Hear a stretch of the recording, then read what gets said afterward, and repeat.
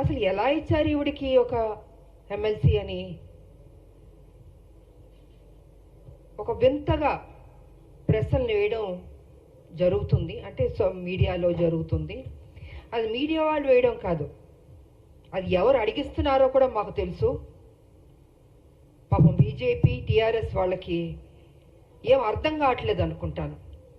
ఒక మహిళగా మీ రెండు పార్టీలకు నేను సేవలు అందించాను. మీరు సరైన నిర్ణయం తీసుకోకపోబట్టి మీ పార్టీని విడిచి నేను బయటికి వెళ్ళాను. ప్రజల్ని ఏ రకంగా మోసం చేయాలో ఆ రకంగా మీరు మోసం చేస్తున్నారు.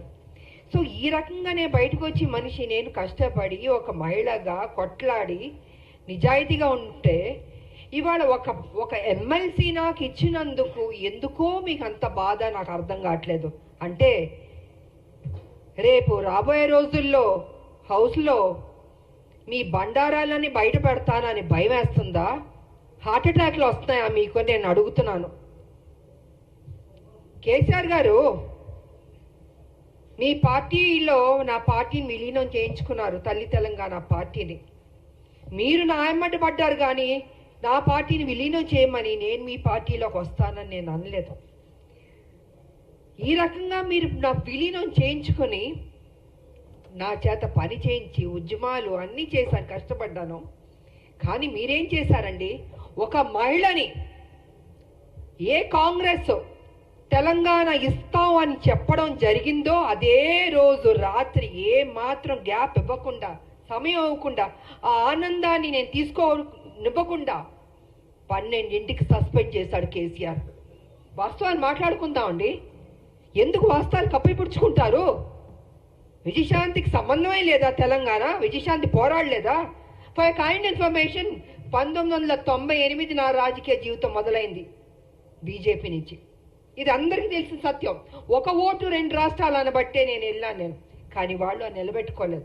అందుకే బయటకు వచ్చి తల్లి తెలంగాణ పార్టీ నడిపించాను నేను. ఒక మహిళగా ఆల్మోస్ట్ 4.5 to 5 years నేను ఉద్యమాలు చేశాను. అప్పుడు కేసీఆర్ గారు ఎక్కడున్నారంటే ఆయన టీడీపీలో ఉన్నారు.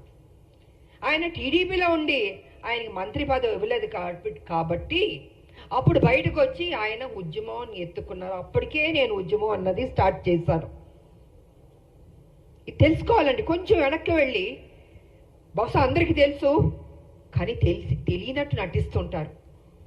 అంటే ఒక బురద జల్లడం కేసీఆర్ ఒక్కడే కాదండి, ఆయన సొత్తు కాదు తెలంగాణ. 1200 మంది చనిపోయారు తెలంగాణలో, ఎంతో మంది త్యాగం చేశారు, ఎంతో మంది కొట్లాడారు. దాంట్లో ఒక ఆడబిడ్డగా నా వంతు నేను కృషి చేశాను నేను. అలాంటిది ఈరోజు ఒక ఎమ్మెల్సీ వచ్చినందుకు ఎలా వచ్చింది, ఎందుకు ఇచ్చారు, ఏం చేశారు, ఆవిడ అక్కడ ఏంటంటే ప్రశ్నలో. తెలంగాణ పార్లమెంట్లో 2 ఎంపీలు వెళ్ళారు కదా, 2 వెళ్ళినప్పుడు కొట్లాడుతున్నప్పుడు కేసీఆర్ ఎందుకు ఎగ్జిట్ అయిపోయాడండి? చివరిదాకా ఉంది. ఆ రోజు మా ఎంపీలు, కాంగ్రెస్ ఎంపీలు అందరూ ఉన్నాం, పెప్పర్ స్ప్రేలు కొట్టారు. నార్త్ ఎంపీలు అందరూ చెత్తగా బాదుతున్నారు మమ్మల్ని ఎంపీని. నేను మీరా కుమార్ గారిని ఇలా పట్టుకుని నిలబడ్డాను నేను. ఇంత చేస్తే ఇదా అండి మీరు మాకు చూపించే కృతజ్ఞత? ఇదా మీ కుట్ర బుద్ధి? అంటే మీకు బడుగు బలహీన వర్గాలంటే నచ్చదు దొర, మీ దొర బుద్ధి అయితే చూపించుకుంటున్నారు. అందుకే నిన్ను దొర అంటున్నాను నేను. బడుగు బలహీన వర్గాలకి గౌరవం ఇవ్వడం నేర్చుకోండి. అదే బడుగు బలహీన వర్గాలు బీసీ కానీ, ఎస్సీ కానీ, ఎస్టీ కానీ, మైనార్టీ కానీ లేకపోతే మీరు ఈరోజు ఈ పొజిషన్లో ఎక్కడ ఎలా ఉంటారు? మీరు గతంలో ముఖ్యమంత్రి ఎలా అయ్యారండి? మీ దొరలు ఒక్కళ్ళే వేస్తారా? ఇంతమంది ఓటు వేయబట్టి మీరు ముఖ్యమంత్రి అయ్యారు, ఇంతమంది త్యాగం చేయబట్టి మీరు ముఖ్యమంత్రి అయ్యారు. అది గుర్తుపెట్టుకోండి దొరగారు. నిన్న వేయడం కాదు రాములమ్మ మీద, మీలా పిరికి బంధం నేను మాత్రం కాదు. గచ్చున్న మహిళని, త్యాగం చేసిన మహిళని, నా ఆస్తులు అమ్మి పెట్టారు తెలంగాణకి. ప్రతిరోజు మీరు నన్ను అవమానించారు, నాతో పని చేయించారు, నేను ఉద్యమాలు చేశాను. నా పార్టీ, నా తల్లి తెలంగాణ పార్టీ ఉంటే మీరు హింస పెట్టి ఆ రోజు జయశంకర్ గారిని నా దగ్గర పంపించి విలీనం చేయండి అని చెప్పింది మీరు కాదా?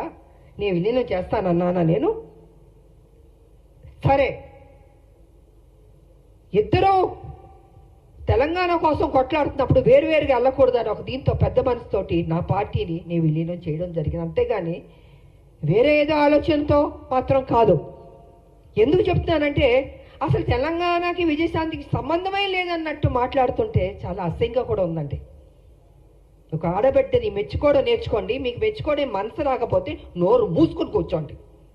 అంతేగాని మీ ఇష్టం వచ్చినట్టు ఎందుకు ఇచ్చారంటే ఇచ్చారండి కాంగ్రెస్ ఒక ఎమ్మెల్సీ. ఆ ఎమ్మెల్సీ ఇచ్చినందుకు కూడా మీకు అంత బాధ వేస్తుంది బీజేపీకి, టీఆర్ఎస్ అంటే. మా రాజకీయ నాయకుల శత్రువులారా బంద్ చేయండి. మా ఉద్యమ నాయకులు మేము మిమ్మల్ని వదిలిపెట్టాం. మీరు చేసే మోసాల్ని తెలంగాణలో ఏ రకంగా మళ్ళీ మీరు ఎంటర్ అవ్వాలనుకుంటున్నారో ఇంకో విషయం కూడా నేను చెప్పదలుచుకున్నారు. బీజేపీ ఏం చేయబోతుందంటే నెక్స్ట్ స్టెప్, ఏ తెలంగాణ వ్యతిరేకించిన శక్తులు ఉన్నారో వాళ్ళందరినీ మొత్తం తిప్పబోతున్నారు తెలంగాణలో.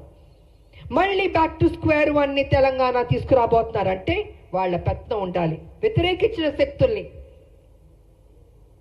తెలంగాణ ఉద్యమం నాయకులు ఉండకూడదు, తెలంగాణ ప్రజలకి ప్రాధాన్యత ఉండకూడదు, మళ్ళీ బాంచన్ని కాలు మొక్కుతాననే పరిస్థితికి బీజేపీ తీసుకురాబోతుంది. ఇది సత్యం, ఇది తెలుసుకోవాలి అందరూ. అందుకే ఎవరు ఉద్యమ నాయకులు ఉన్నారో వాళ్ళందరినీ తొక్కేద్దాం, వాళ్ళ నోటిని బంద్ చేద్దాం.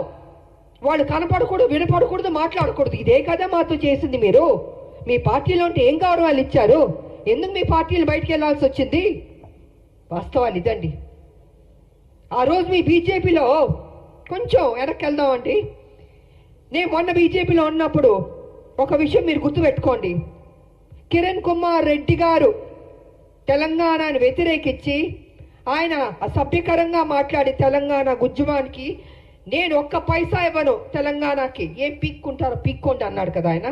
అలాంటి ఆయన్ని, తెలంగాణకు వ్యతిరేకున్న మనిషిని మొన్న బీజేపీలోకి ఎంటర్ అవుతే నాకు నిజంగా ఉండబుద్ధి అవ్వలేదు. ఆ స్టేజ్ మీద నేను వాకౌట్ అయిపోయి వెళ్ళిపోయాను. నేను ఎవరంటే కిషన్ రెడ్డి గారి ఫ్రెండ్ ఆయన. ఆ రోజు నుంచి బీజేపీకి నా మీద ఒక కక్ష. అంటే వాళ్ళ మనుషుల్ని తెలంగాణ వ్యతిరేక శక్తికి వస్తే అక్కడ నేను బయటికి వెళ్ళిపోతున్నానంటే చూపించుకోకూడదు. ఎందుకు చూపించుకోకూడదండి? తెలంగాణని అవమానపరిచి తెలంగాణకి మేలు చేయని కిరణ్ కుమార్ రెడ్డి గారు లాంటి వాళ్ళు మిగతా ఇంకొకళ్ళు ఏమైనా ఉంటే ఎందుకు నేను వచ్చి మీకు ఎస్ బాస్ అని చెప్పాలండి? ఇలాగ అనేక కారణాలు ఉన్నాయండి.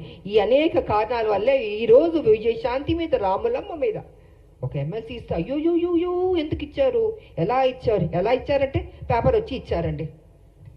ఎలా ఇస్తారండి? సోనియా గాంధీ గారు ఇచ్చారు, అద్దంకి దాయ్ గారికి ఇచ్చారు, నాకు ఇచ్చారు, గారికి ఇచ్చారు.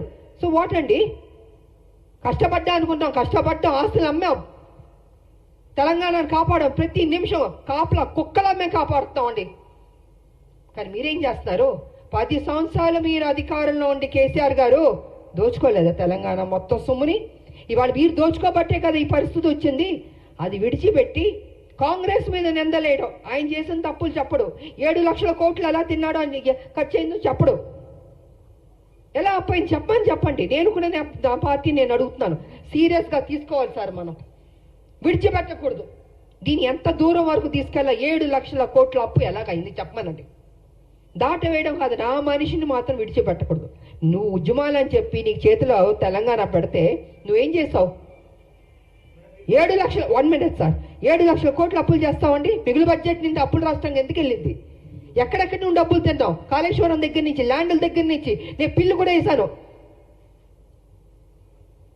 కొన్ని ల్యాండ్లు అమ్మేస్తుంటే పిల్లు వేసానండి నేను. ఇలా ఎన్నో జరిగినాయండి. అందుకే వాళ్ళు చెప్తాను నేను, కేసీఆర్ వాస్తవాలు నువ్వు మాట్లాడాలి. సమయం దగ్గర పడింది. నువ్వు చేసిన తప్పులు చెప్పాల్సిందని మేము విడిచిపెట్టాం, డెఫినెట్గా విడిచిపెట్టామండి. మా రాష్ట్రం మేము కష్టపడి తెచ్చుకున్న రాష్ట్రం, నా ప్రజలు బాగుండాలని కోరుకునే వాళ్ళం మేము. ఉద్యమకారులకు మాకు నిత్యం మా ప్రజలు బాగుండాలి, మేలు జరగాలని ఆలోచిస్తూనే ఉంటాం మేము. ఇంతకు మించి మాకు అయ్యా ఉంటుందండి. కాబట్టి నా పార్టీని రిక్వెస్ట్ చేసేది ఏంటంటే విడిచిపెట్టకూడదు సార్. మనం ఎట్టి పరిస్థితుల్లో కేసీఆర్ చేసిన అప్పును మొత్తం ఒక్కొక్కటిగా బయట పెట్టాలి.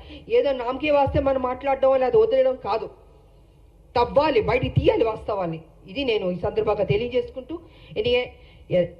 ఈరోజు మాకు ఎమ్మెల్సీ దాంట్లో మేము అడుగుపెట్టబోతున్నాం.